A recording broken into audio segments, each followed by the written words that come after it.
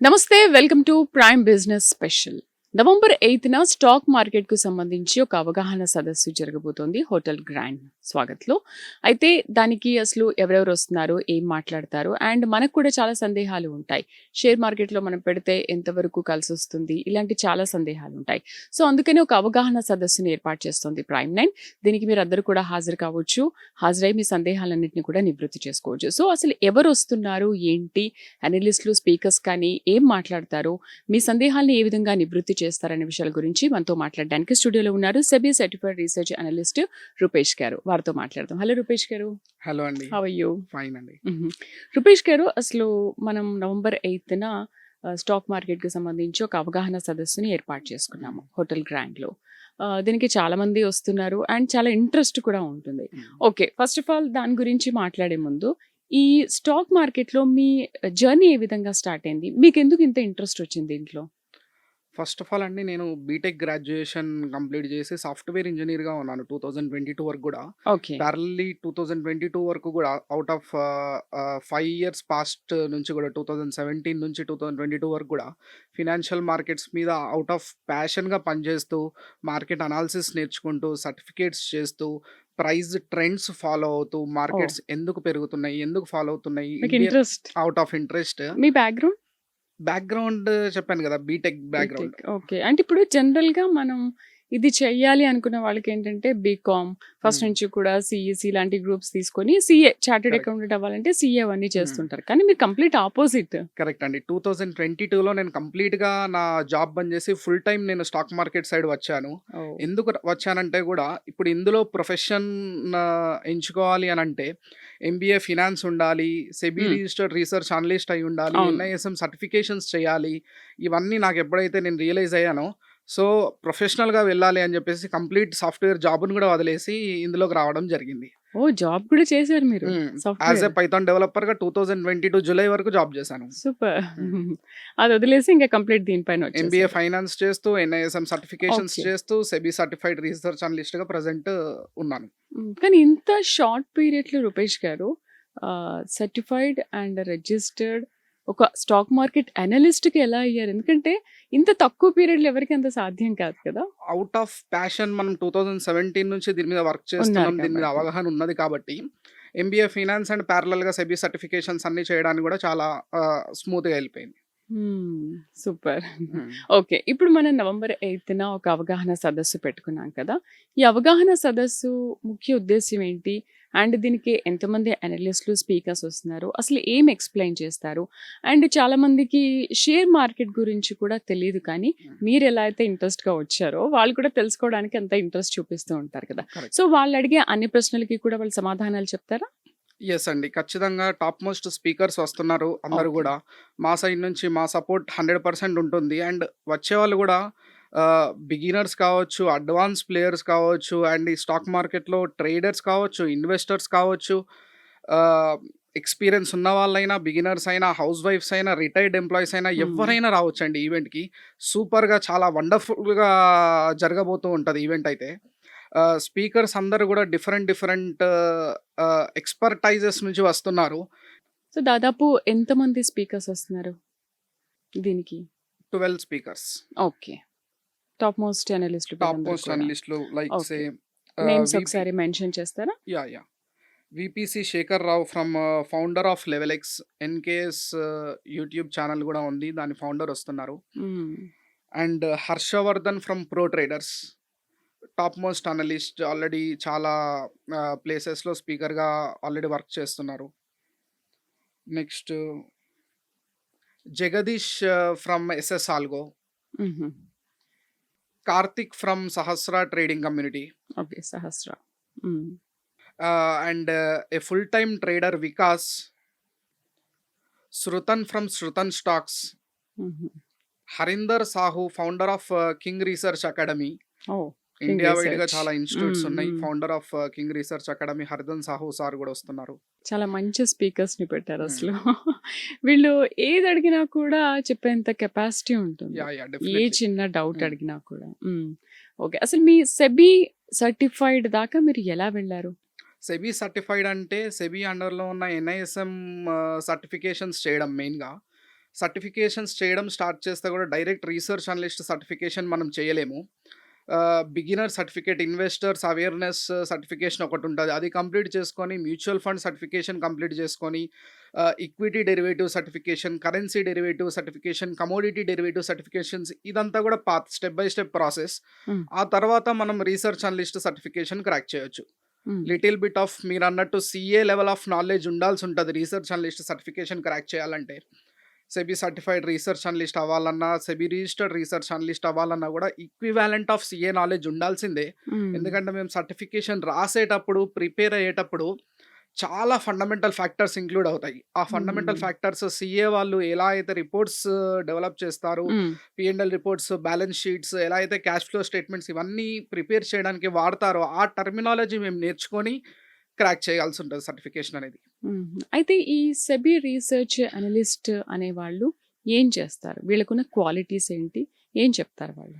బేసిక్‌గా మైసెల్ఫ్ ఇప్పుడు SEBI registered research cum derivative అనలిస్ట్‌గా ప్రైస్ ప్యాటర్న్స్‌ని స్టడీ చేయడం, ఓకే. మార్కెట్‌లో 9-3 కూర్చొని ఫుల్ హెక్టిక్ షెడ్యూల్ ఉంటదండి. 9-3 వాల్యూమ్ ట్రెండ్స్‌ని స్టడీ చేయడం, ప్రైస్ ప్యాటర్న్స్ అనలైజ్ చేయడం. హ్మ్. మేము లెవెల్స్ ఇయ్యాలి అంటే ట్రెండ్ ఎటు సైడ్ వెళ్తుంది, హ్మ్. హ్మ్. రివర్సల్స్ ఎక్కడ జరుగుతున్నాయి, మూమెంటమ్ ఏ స్టాక్స్‌లో వస్తుంది, ఎప్పుడు వస్తుంది, హ్మ్. ఇవన్నీ కూడా మేము 9-3 అనాలిసిస్ చేసి మేము లెవెల్స్ షేర్ చేయాల్సుంటది. హ్మ్. దాని మీద కూడా చాలా రీసెర్చ్ చేయాలి కదా! 100% ఆ రీసెర్చ్‌కి కూడా ఒక మనిషికి 2 కళ్ళు, 2 చేతులు కూడా సరిపోవు. అంత లెవెల్ ఆఫ్ రీసెర్చ్ ఉంటది. హ్మ్.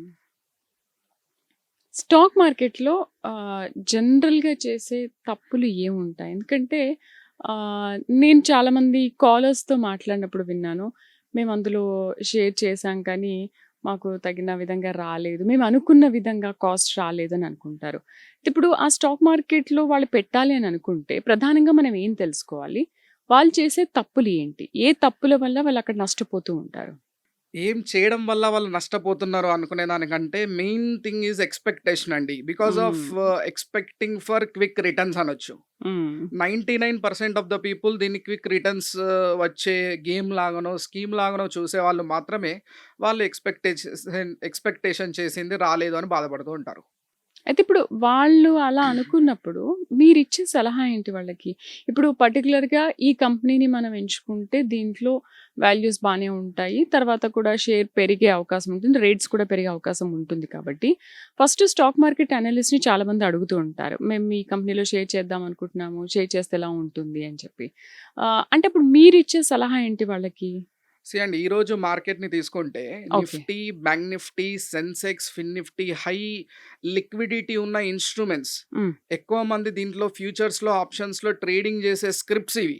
వీటిని మనం ఈరోజు ఎగ్జాంపుల్‌గా తీసుకుంటే నిఫ్టీ, బ్యాంక్ నిఫ్టీ, ఫిన్ నిఫ్టీ, సెన్సెక్స్ కూడా 11:00కి డేస్‌లో చేసింది. హ్మ్. ఆ తర్వాత డేస్‌లో బ్రేక్ చేయడానికి చాలా ట్రై చేసి నిఫ్టీ 50 బ్రేక్ చేసి పడిపోయింది. బ్యాంక్ నిఫ్టీ ఆ లెవెల్ వరకు కూడా రాలేకపోయింది. అదే ఫిన్ నిఫ్టీ ఆ లెవెల్ వరకు వచ్చింది. సో, మా అనాలిసిస్‌లో, మా స్టడీలో మేము లెవెల్స్ ఇచ్చేటప్పుడు ఆఫ్టర్ 1:00 కూడా నిఫ్టీలోనే లెవెల్ ఇవ్వాలి. నిఫ్టీ మొమెంటమ్ ఉన్నది. నిఫ్టీ లెవెల్స్ బ్రేక్ అవుతుంది. నిఫ్టీ 50లో ఉన్న టాప్ పర్ఫార్మెన్స్ కంపెనీస్ అన్నీ కూడా సపోర్ట్ చేస్తున్నాయి. బ్యాంక్ నిఫ్టీలో ఉన్న బ్యాంకింగ్ సెక్టార్ కంపెనీస్ సపోర్ట్ చెయ్యట్లేవు. ఈ అనాలిసిస్ అండి. ఇదంతా ఒక స్టడీ. ఎవరైతే దీన్ని ఒక స్టడీ లాగా భావిస్తారో, ఎవరైతే దీన్ని ఒక ఎడ్యుకేషనల్ సిస్టమ్ లాగా భావిస్తారో, ఎవరైతే దీన్ని ఒక బిజినెస్ లాగా భావిస్తారో, ప్రాఫిట్స్ ఉంటాయి, లాసెస్ ఉంటాయి. ఎండ్ ఆఫ్ ద హ్మ్. మంత్ ప్రాఫిటబుల్‌గా ఉన్నామా లేదా అని చూసుకునే వాళ్ళు మాత్రమే ఓవరాల్ సక్సెస్‌ఫుల్ అవుతారండి. లేకపోతే సక్సెస్‌ఫుల్ అవ్వరు. హ్మ్. 95% ఆఫ్ ద పీపుల్ దీన్ని అలా చూడరు. ఇది ఒక అనాలిసిస్ అని, ఎడ్యుకేషనల్ సిస్టమ్ అని, ఇది ఒక ప్రాసెస్ అని, స్ట్రాటజీ అని దీన్ని బిలీవ్ చెయ్యరు. చాలా మందికున్న అపోహ క్విక్ రిటర్న్స్ రావాలి. హ్మ్. అది మెయిన్ చూస్తుంటారు కదా! కరెక్ట్. హ్మ్. అయితే కొన్ని స్టాక్ మార్కెట్‌లో కొన్ని వాల్యూస్ అనేది షేర్ మార్కెట్ విలువ పెరగదని అంటుంటారు కదా! మరి పెరగనప్పుడు దాంట్లో ఎందుకు పెడుతుంటారు? తెలియకనా? పెరుగుతది అనుకోని పెడుతూ ఉంటారు. హ్మ్. ఇక్కడ చాలా థింగ్స్ ఎలా ఉంటాయంటే డే టు డే లైఫ్‌లో గూడా చాలామంది చేసే పనులు అనుకోని చేస్తూ ఉంటారు. హ్మ్. ఒక స్ట్రాటజీ ఉండదు. ఈవెన్ దో స్ట్రాటజీ ఉండి పెట్టినా చాలా ఫ్యాక్టర్స్‌లో వాళ్ళెక్కడ ల్యాక్ అవుతారంటే lack of patience, lack of discipline, proper risk management and position sizing. ఇది చాలా పెద్ద అంటే ఎన్ని సబ్జెక్ట్. రోజులు ఆగాలంటారు? పేషెన్స్ ఉండాలి అనంటే, ఇప్పుడు క్విక్ రిటర్న్స్ అనేది చాలామంది హ్మ్. ఆశిస్తూ ఉంటారు. ఓకే. ఇప్పుడు మీరు పెట్టండి, ఒక 1,00,000 దీంట్లో పెడితే ఒక 5 ఇయర్స్ వరకు ఉంటుంది. మీరు ఇంకా దీని గురించి ఏమి ఆలోచించొద్దు. వదిలేయండి 5 ఇయర్స్ తర్వాత అని. 5 ఇయర్స్ తర్వాత నిజంగా ఆ రిటర్న్స్ వస్తాయా? కరెక్ట్. ఈక్విటీ రిటర్న్స్ ఎప్పుడు కూడా చెప్పలేమండి. ఎందుకంటే ఇప్పుడు పాస్ట్ 5 ఇయర్స్‌లో నిఫ్టీ హ్మ్. సీఏజీఆర్ 23% ఉంది. పాస్ట్ 6 ఇయర్స్‌లో నిఫ్టీ సీఏజీఆర్ 19.5% ఉందని ప్రతి మ్యూచువల్ ఫండ్ డిస్ట్రిబ్యూటర్ మాట్లాడుతున్నాడు ఈ కాలంలో. హ్మ్. మరి పాస్ట్ 5 ఇయర్స్‌దే ఎందుకు చూస్తానన్నారు? 10 ఇయర్స్ ఎందుకు చూడొద్దు? 15 ఇయర్స్ సీఏజీఆర్ ఎందుకు చూడొద్దు? ఓకే. నేను ఒక కాలం చెప్తున్నాను. 2008 నుంచి 2013 వరకు ఈ 5 ఇయర్స్ పీరియడ్ సీఏజీఆర్ ఏముంది? 0 హ్మ్. ఉందండి. హ్మ్. 2008కి బిఫోర్ నిఫ్టీ ఓకే. 50 ఎంతుందో 2013లో కూడా నిఫ్టీ 50 అంతే ఉంది మరి. అంటే అప్పుడు చూసుకోండి. 5 ఇయర్స్‌లో రిటర్న్స్ రానట్టే కదా! హ్మ్. సో, సీఏజీఆర్‌ని నమ్ముకొని పాస్ట్ వచ్చిన రిటర్న్స్‌ని నమ్ముకొని ఫ్యూచర్ గూడా వస్తదని ఏ స్ట్రాటజీ అయినా స్టాక్స్‌లో చేసేవాళ్ళైనా, ఫ్యూచర్స్ వాళ్ళైనా, ఆప్షన్స్ వాళ్ళైనా కూడా ప్రీవియస్ రిటర్న్స్‌ని దృష్టిలో పెట్టుకొని బ్లైండ్‌గా దిగడం అనేది చేయకూడదు. ఓకే. ఆ స్టాక్ ఎందుకు పెరగట్లేదు అంటే దాంట్లో ఫ్యాక్టర్స్ ఉంటాయి. హ్మ్. రిలయన్స్ ఇండస్ట్రీస్ అనేది ఎగ్జాంపుల్‌గా తీసుకుంటే 2003లో ధీరూభాయ్ అంబానీ గారు చనిపోయిన తర్వాత హ్మ్. చాలా రిలయన్స్ కంపెనీస్ హ్మ్. కొన్ని ముఖేష్ అంబానీ గారికొచ్చినాయి. కొన్ని అనిల్ అంబానీ గారికి పోయినాయి. రిలయన్స్ ఇండస్ట్రీస్ అనేది ముఖేష్ అంబానీ గారి చేతికొచ్చింది. ఆయన తీసుకొచ్చే కొత్త కొత్త ఇనిషియేటివ్స్‌కి రిలయన్స్ ఇండస్ట్రీస్ 2003 నుంచి 2007 వరకు ఆల్మోస్ట్ 10 టైమ్స్ గ్రో అయిందండి. ఓహ్! ఆ తర్వాత 2007 నుంచి ఆ ప్రైస్‌కి మళ్ళీ రావడానికి 2017, 18 పట్టింది. 10 ఇయర్స్ ఎందుకు పెరగలేదు అంటే కంపెనీలో ఫాల్ట్ ఉన్నది అని, ఫౌండర్స్‌లో ఫాల్ట్ ఉంది అని, వాళ్ళ బిజినెస్‌లో ఫాల్ట్ ఉంది అని, ఎవరికో ఏదో అయిపోయింది అని కాదు. 15 ఇయర్స్‌లో పెరగాల్సినంత ప్రైస్ ఓవర్ వాల్యూడ్ అయిపోయింది ఇన్ ఫస్ట్ 5 ఇయర్స్ ఓన్లీ. హ్మ్. నెక్స్ట్ 10 ఇయర్స్ కామ్‌గా ఉంది. హ్మ్. అది చూడాలి మరి. సో, ఇలా చాలా ఫ్యాక్టర్స్ ఉంటాయి. ఇది one of the factor and one of the example మీరు అడిగినందుకు ఇది చెప్తున్నాను. హ్మ్. అందుకనే మనం స్టాక్ మార్కెట్‌లో మనం పెట్టే ముందు కంపెనీ సరైందా లేదా అనేది చూసుకొని పెడితే బెటర్. 100% కంపెనీతో పాటు ఆ సెక్టార్ భూమిలో ఉందా లేదా? యెస్. Main correct. అది. హ్మ్. ఓకే. అయితే నెక్స్ట్ రాబోయే రోజుల్లో కూడా భారత స్టాక్ మార్కెట్ అనేది చాలా డెవలప్‌మెంట్ అవుతుంది అని అనుకుంటున్నారు. అండ్ ఒక 10-15 ఇయర్స్ బ్యాక్ చూసుకుంటే అంతగా లేదు. బట్ ఈ 15 ఇయర్స్ నుంచి చూసుకుంటే దీని మీద చాలా అవేర్‌నెస్ పెరిగింది. చాలామంది షేర్ చేస్తున్నారు కూడా. షేర్ హోల్డర్స్ కూడా అయ్యారు. అండ్ మీలాగా చాలా మంది అనలిస్ట్‌లు కూడా అయిపోయారు. దాని మీద తెలుసుకొని. So, what about next future?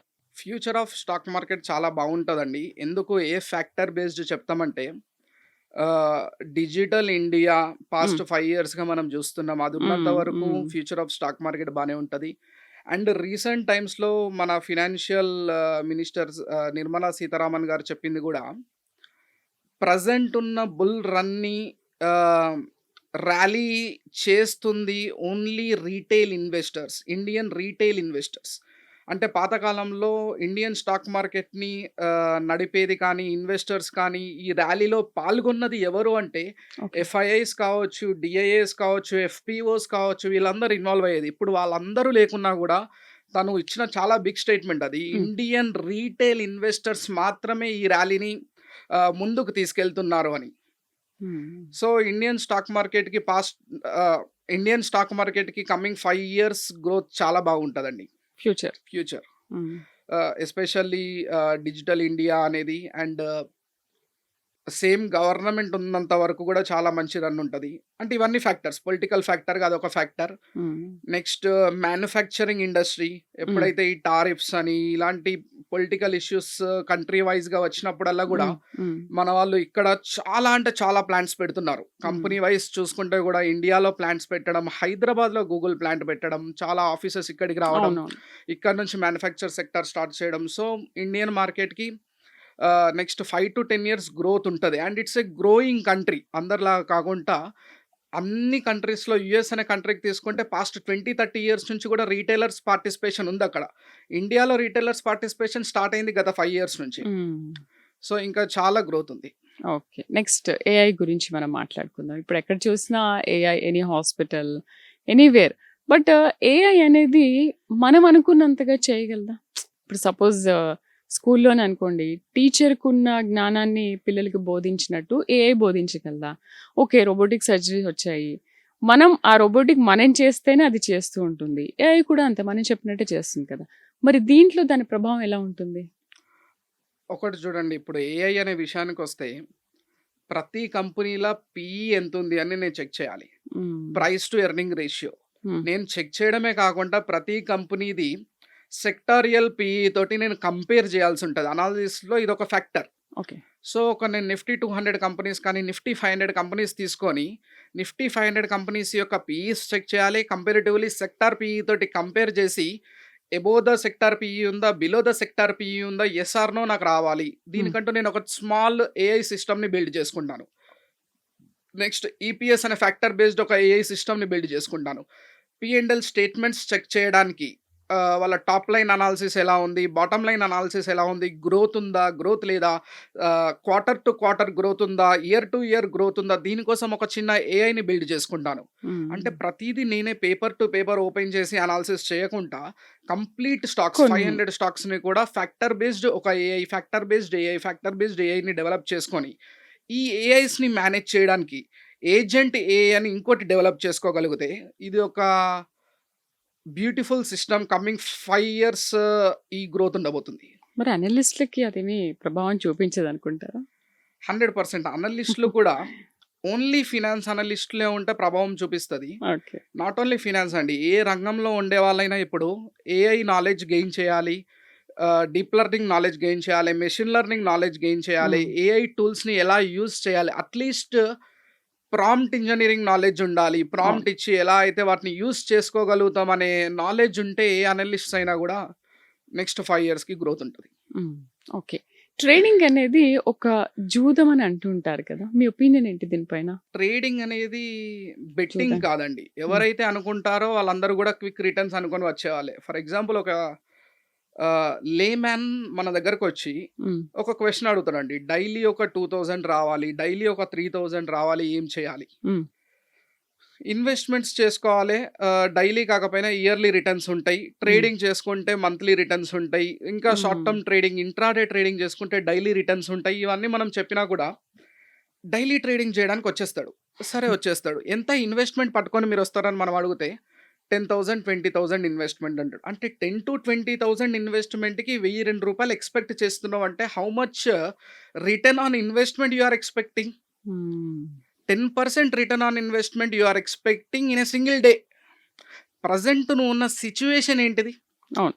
Present మీరున్న సిట్యుయేషన్ బ్యాంకింగ్ దగ్గర నుంచి, ఫిక్స్డ్ డిపాజిట్స్ దగ్గర నుంచి ఇయర్‌లీ 5-6% తీసుకునే దగ్గర ఉన్నారు. మ్యూచువల్ ఫండ్ ఇన్వెస్టర్ అయితే ఇయర్‌లీ ఒక 12-15% తీసుకునే దగ్గర ఉన్నారు.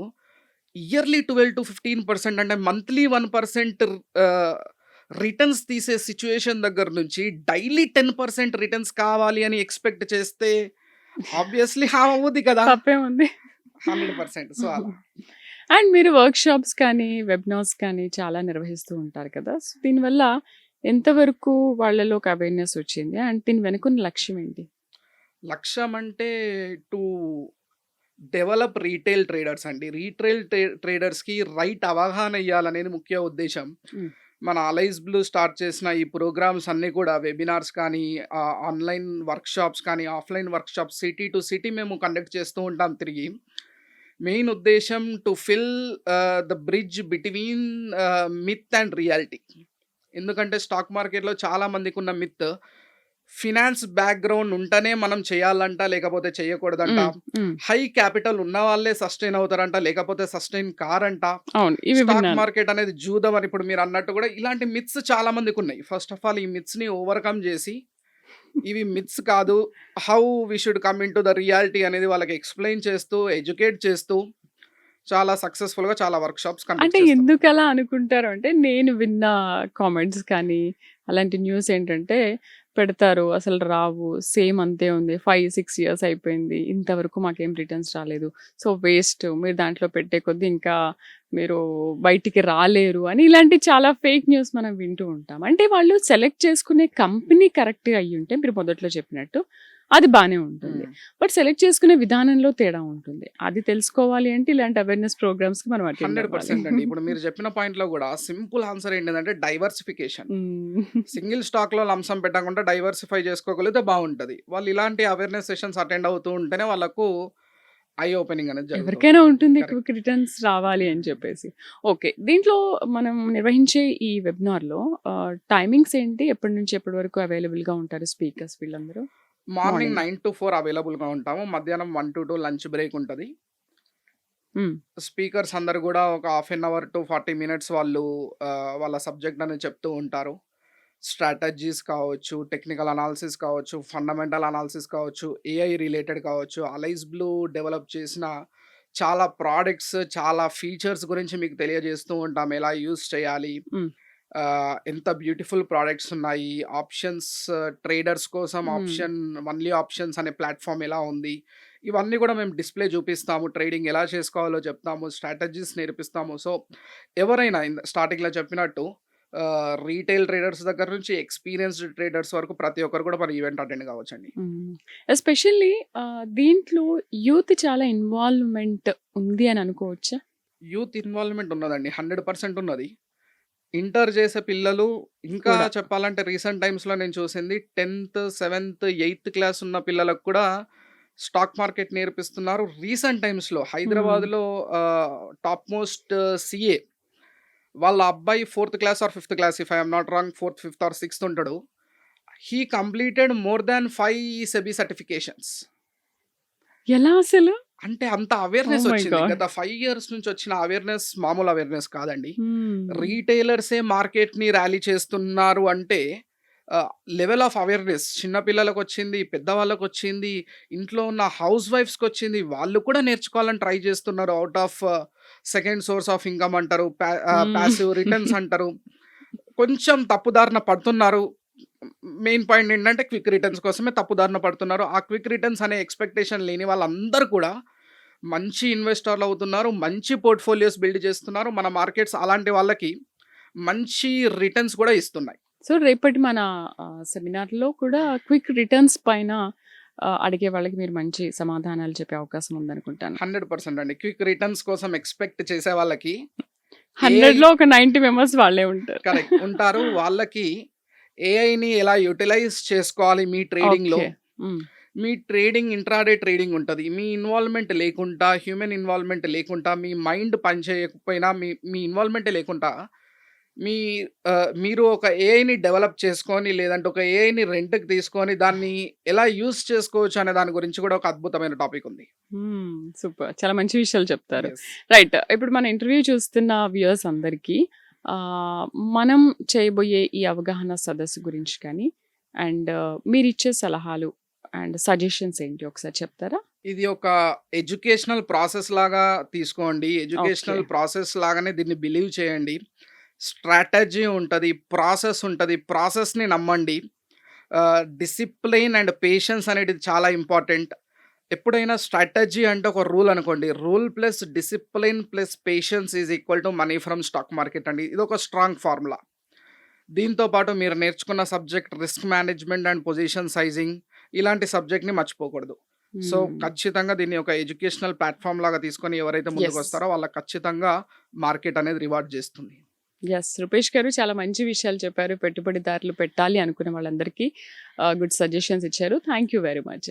సో, చూసారు కదా నవంబర్ 8న ప్రైమ్ 9 ఆధ్వర్యంలో స్టాక్ మార్కెట్‌కి సంబంధించి ఒక అవగాహన సదస్సు నిర్వహిస్తున్నాము.